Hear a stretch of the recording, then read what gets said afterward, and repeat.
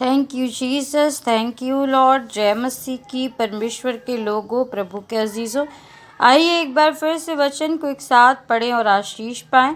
आज जो वचन हमें मिलता है उसमें वो मिलता है हमें मत्ती अध्याय 6 और इसका 16 पद, जहाँ पर आप इस प्रकार से पाएंगे, जब तुम उपवास करो तो कपटियों के समान तुम्हारे मुंह पर उदासी न छाई रहे, क्योंकि वे अपना मुंह बनाए रहते हैं ताकि लोग उन्हें उपवासी जाने।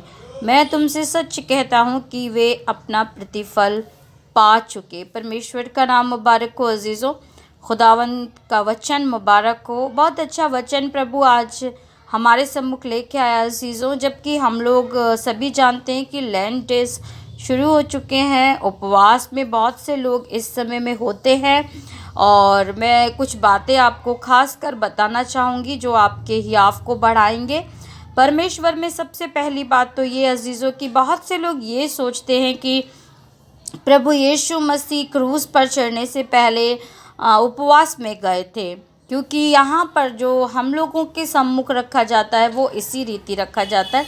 लेकिन आप लोग जान लें अजीज़ों कि वचन हमें बताता है प्रभु यीशु मसीह बलिदान होने से पहले, क्रूस पर चढ़ने से पहले उपवास में नहीं गए थे, मगर उनकी जो परीक्षा ली गई थी और जो उन्होंने उपवास रखे थे वो अपनी सेवकाई से पहले रखे थे। दूसरी बात अजीज़ों, उपवास के विषय में लेकर, जब तक हम इन दिनों को जिएंगे उपवास करेंगे बहुत से लोग, लेकिन अगर हम उपवास का मतलब ही नहीं जानते, और कई बार लोग इस वचन को पढ़ते हैं अजीज़ों और वो सोचते हैं कि हमें उपवास में बिल्कुल भी उदास नहीं दिखना है। वचन आपसे कुछ और कह रहा है। यहाँ पर लिखा है अजीज़ों कि अगर आप उपवास करते हैं तो बहुत से कपटी लोग हैं जो उदासी दिखाते हैं कि लोग उन्हें उपवासी जाने, और उनके विषय में प्रभु यीशु मसीह कहते हैं कि मैं सच कह रहा हूँ कि वे अपना प्रतिफल यहीं पर पा चुके हैं, जो लोगों के सम्मुख ही वो पा चुके हैं। Sorry all of you. वो इस संसार में ही अपना प्रतिफल पा चुके हैं, क्योंकि उन्होंने संसार को दिखाने के लिए उपवास रखा है। अर्थ को अगर हम समझें, बात उदासी मुंह पर दिखाई जा रही है, केवल यही नहीं है, बात ये है यहाँ पर कि उदास हम इसलिए दिख रहे हैं ताकि हम लोगों को ये बता सके कि हम उपवासी हैं। और आपको पता है इसके अंदर एक भेद की जो बात छुपी है अजीज़ों, उपवास में अक्सर लोग ये सोचते हैं कि हम बहुत धर्मी हैं क्योंकि हम उपवास रख रहे हैं, और बाकी के जो लोग हैं वो धर्मी नहीं हैं, या फिर उन्हें कई बार मनुष्य जो है वो कमतर लेने लगता है। इस अहम को लेकर, इस सोच को लेकर प्रभु यीशु मसीह ने कहा है कि जब तुम उपवास करो तुम मुंह पर अपने उदासी मत दिखाना, बल्कि तेल लगाना, ऐसे रहना कि तुम्हारे मुंह पर चमक रहे, लोग तुम्हें देखकर नहीं मगर परमेश्वर जो मन को जानने वाला है, जो सारी बातों का जानने वाला है, वो जानता है आपने उपवास रखा है। आपको दूसरों के सम्मुख उस बात को प्रदर्शित नहीं करना है, और दूसरी बात कि आप उपवास में हैं तो दूसरों को लेकर आपके मन में वो विचार नहीं आना चाहिए कि मैं तो उपवासी हूँ और ये देखो ये उपवास नहीं करते हैं तो ये किस तरह के हैं। क्योंकि हमें न्याय नहीं बनना है, हमें जजमेंट नहीं करना है अजीज़ों। इसके विषय में किसी और दिन हम बात करेंगे, क्योंकि जजमेंट करने का जो मतलब है अजीज़ों, उसका साफ साफ मतलब होता है अपने लिए नाश को लेकर के आना।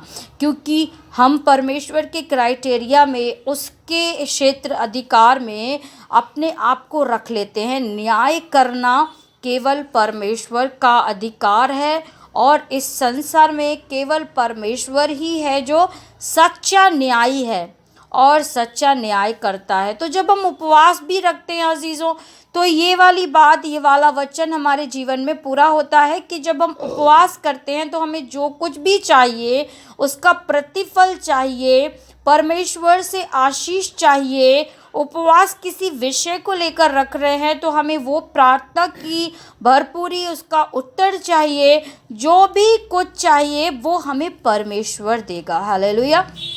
परमेश्वर से ही हम अपना प्रतिफल पाएंगे, मनुष्य से नहीं।